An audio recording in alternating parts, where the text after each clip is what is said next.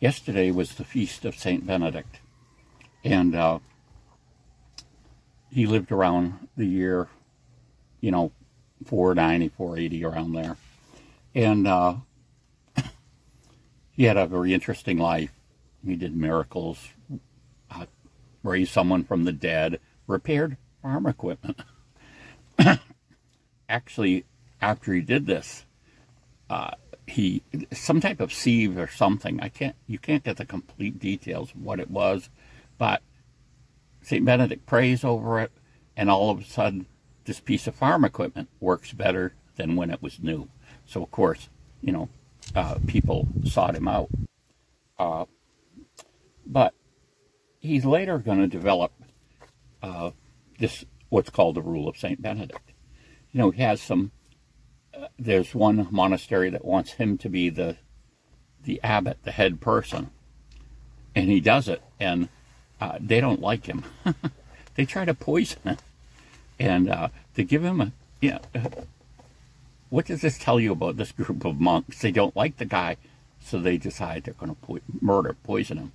So they give him this glass of wine, and I guess, as the custom was then, he blessed the cup of wine, and as soon as he did it, the cup shattered, and the wine, was just a puddle then and couldn't be drank, couldn't be consumed.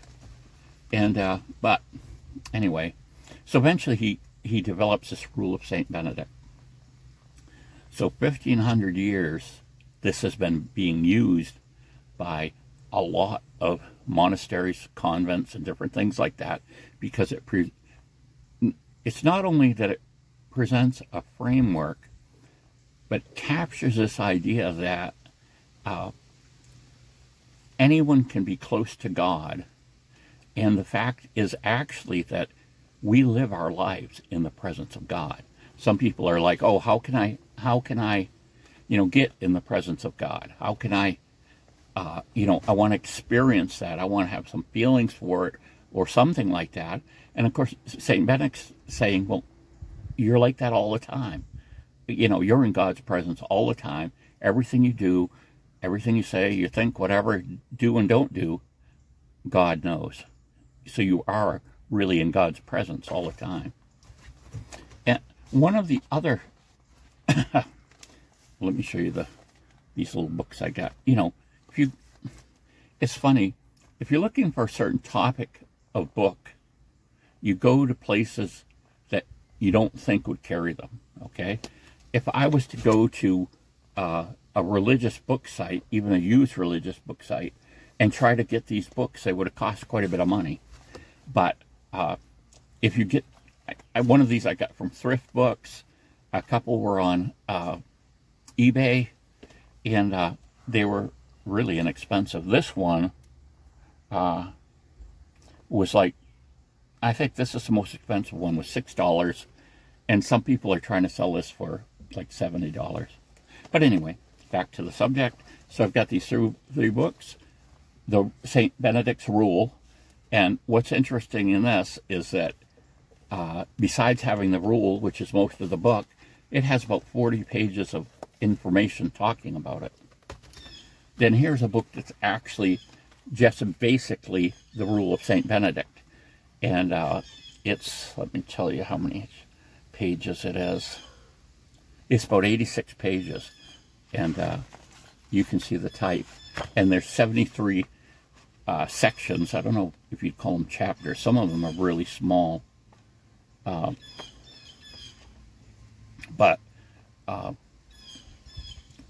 this is what he created. And one of the other novel things that he did was the idea that, well, you're always in the presence of God.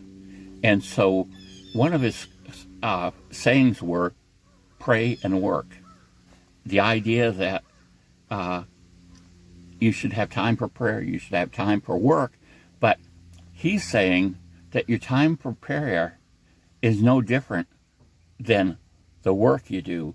That if your work is consecrated to God, this work you're doing is just as much a prayer as when you're formally, sitting in a chapel, or you're in your room with your, Bible open, and you're praying or reciting certain prayers and everything. Saint Benedict looks at it and says, oh, that's good, we need to do that. And then he looks over here and says, oh, work. That's really the same. We have to do that. That's really part of the human experience that needs to be done. And, when you look in we look back to the book of Genesis to see things about man, things about God's nature and everything. But it's pretty clear, and a lot of people don't see this, but the book of Genesis, man was created, and he was created partly to work in the garden. He had been assigned this task of tending the garden.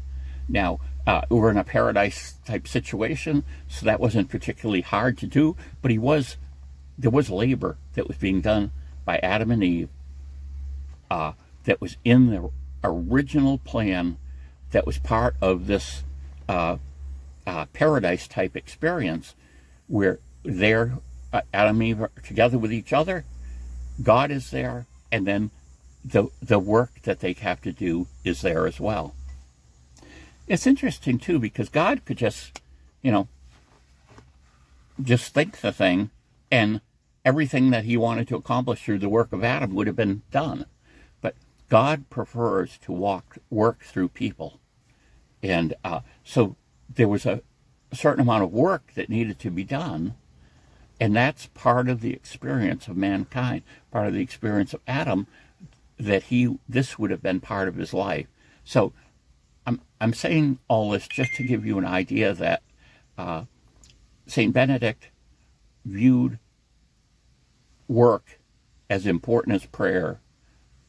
Prayer is this interaction between you and God, God and you, and work is the same thing. It's an interaction for you and between God.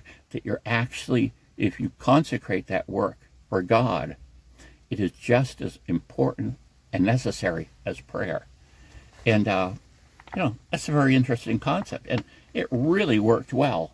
We have, the monasteries, they become extremely successful with this idea of, it's broken up in different periods. Basically, everyone's day is like kind of 8 hours of prayer, 8 hours of work, and 8 hours of sleep. And that's the kind, but it's broken up into different periods. They're doing the liturgy of the hours. There's these 7, units, let's just call it that,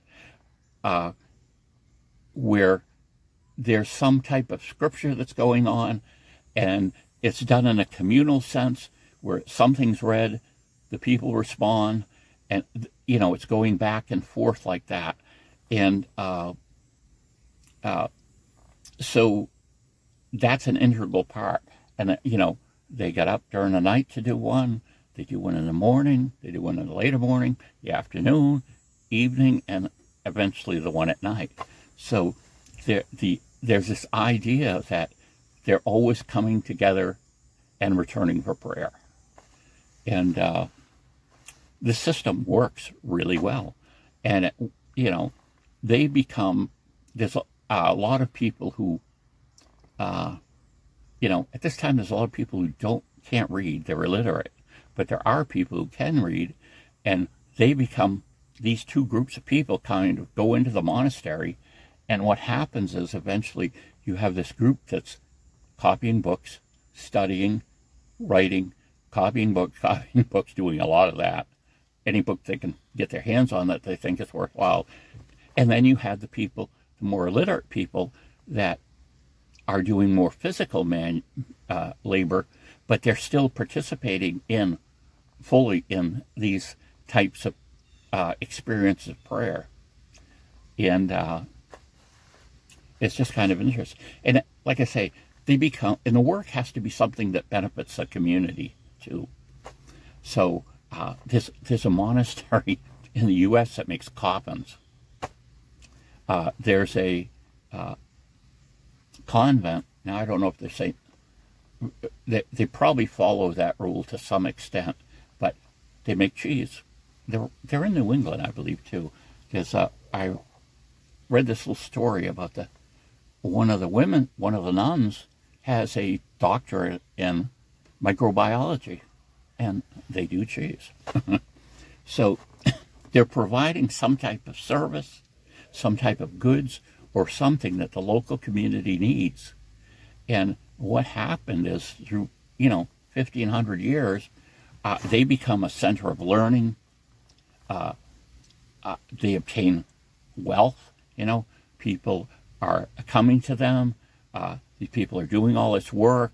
They're basically living without any property. They aren't being paid or whatever. It's all part of this group that they're doing this experience. So there are some very turbulent times that society goes through, and some people, and I haven't investigated a lot of this, but some people will say that these monasteries preserve civilization when everything around them is falling apart. And they have this huge body of information, of technology and all these different things. And when people are back in a state where they're more stable, this is all information that can be used again, that hasn't been lost by, some conquering army coming in and, burning everything to the ground. These monasteries still exist. Now, of course, in the history of monasteries, there's problems and things too, but I'm just kind of focusing on that one aspect of the idea that they become a center of learning, a center of providing the service that the community needs. They also have a hospitality element in that Saint Benedict believes that they should always have visitors there. In other words, and this was extremely important during the Middle Ages, that people were traveling, and what they would do is they'd come to a monastery to stay for a day or two. And this was seen by Saint Benedict as providing this hospitality as an extremely important element of the monastery. And like I say, I'm kind of more in the beginning stages of this. I've got this other book called Benedict of Nursia. That's how you say it. His message for today. This is going to take the message and kind of try to apply it to normal life. But you can see already that this idea that seeing work as a call to prayer, it is, I would say, completely foreign to what we experience today. Our jobs give us too much stress. We have horrible bosses. The work is too hard. We have to work too many hours to get the things we need. People are working overtime.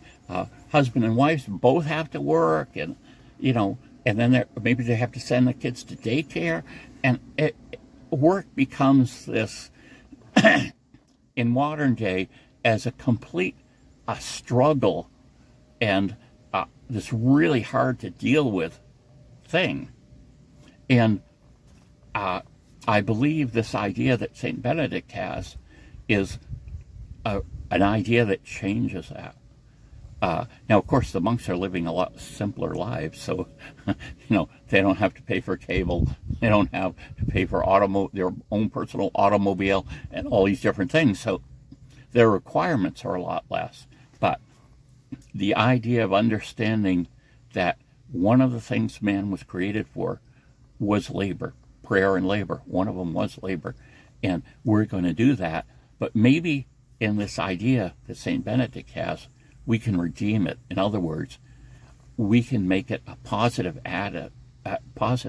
aspect of our lives, rather than being the complete horrible experience that great number of people have about work. When they come home and they're totally frustrated and they can't relax and everything, and they're just this experience of work kind of in some ways destroys their whole life. But what if that could be changed? And I think this is what this Rule of Saint Benedict does. And so the challenge is, obviously if you're a single man or woman, you could go try to join a monastery. But for most people, it's going to be taking some of those things that we've learned from this rule and putting them into our daily lives. And again, not seeing work as secular, but seeing it as prayer. So we'll be talking more about this as time goes on. I've been reading the books really slowly on purpose, trying to really absorb what's being said. And, you know, then I'll go back and read the books over again. Then we're going to see what we can actually do to practice some of this in our own lives. Bye.